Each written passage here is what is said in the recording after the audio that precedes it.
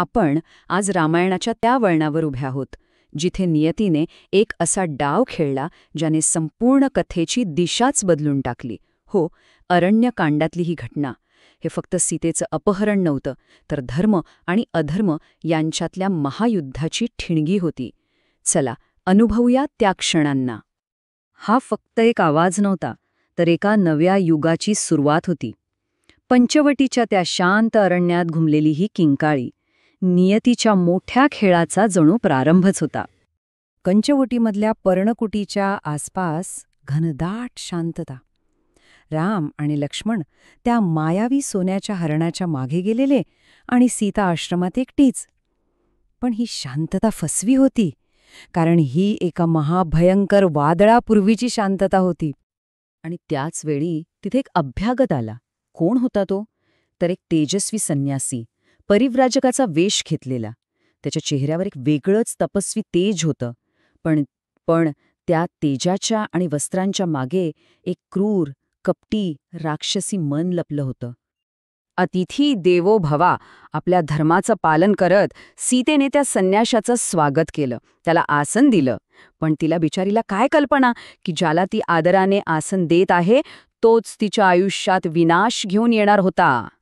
रावणाने बोलायला सुरुवात केली आणि त्याच्या शब्दांतून जणू मधच टपकत होता. तिच्या अलौकिक सौंदर्याची तो स्तुती करू लागला. पण हे शब्द गोड असले तरी त्या प्रत्येक शब्दात अहंकाराचा आणि वासनेचा विषारी डंख लपलेला होता. आणि मग पाहता पाहता ती स्तुती थांबली आणि त्याचा खरा अहंकार जागा झाला. त्याने आपला तो संन्याशाचा मुखवटा जणू फेकूनच दिला. त्याचा आवाज मेघगर्जनेसारखा घुमला.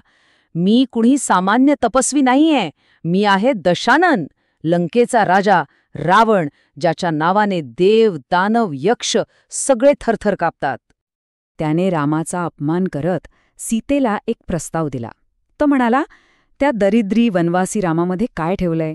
हे जंगलातलं जीवन सोडून दे आणि माझी पट्टाराणी हो. माझी संपूर्ण सोन्याची लंका, माझं त्रैलोक्याचं ऐश्वर्य तुझ्या पायाशी ठेवीन.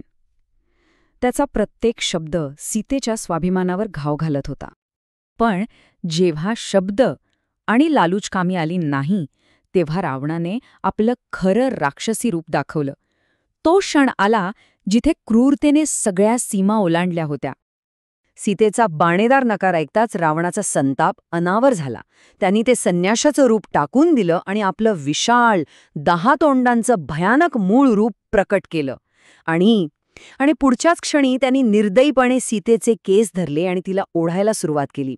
कल्पना करा, तो क्षण किती भयावह असेल. पण सीता असहाय्य नव्हती, ती एक वीरांगणा होती. तिने आपल्या पूर्ण शक्तीनिशी प्रतिकार केला. ती ओरडली, धावा, हे राम, हे लक्ष्मणा, वाचवा. पण तिचे शब्द आकाशात विरून जात होते, कारण रावणाचा तो सोन्याचा रथ वेगाने आकाशात झेपावत होता. त्या भयंकर परिस्थितीत सुद्धा सीतेने धैर्य सोडलं नाही. तिने रावणाच्या डोळ्यात डोळे घालून सांगितलं, रावणा, तुझा हा अधर्वच तुझा विनाश करेल. हे शब्द फक्त शाप नव्हते, तर ही एक भविष्यवाणी होती, रावणाच्या अंताची भविष्यवाणी. असं वाटत होतं की आता सगळं संपलं, अधर्माचा विजय झाला. पण तेव्हाच आकाशातून मदतीसाठी एक पंख फडफडला. अधर्माला आव्हान देण्यासाठी एक अनअपेक्षित योद्धा प्रकट झाला. तो होता जटायू, गिधाडांचा प्राचीन राजा आणि राजा दशरथाचा जीवलग मित्र. सीतेचं अपहरण होताना पाहताच परिणामांची पर्वा न करता तो एका क्षणात रावणाच्या रथासमोर एखाद्या पर्वतासारखा उभा ठाकला. जटायू म्हणजे केवळ एक पक्षी नव्हता, तो होता धर्माचं, कर्तव्याचं आणि निस्वार्थ धैर्याचं एक मूर्तिमंत प्रतीक, जो अनितीच्या विरोधात लढण्यासाठी आपल्या शेवटच्या श्वासापर्यंत उभा राहिला.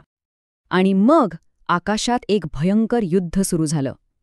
जटायूने आपल्या तीक्ष्ण चोचीने आणि नखांनी रावणाला जखमी केलं. त्याचा रथ तोडला, सारथी आणि घोडे मारले.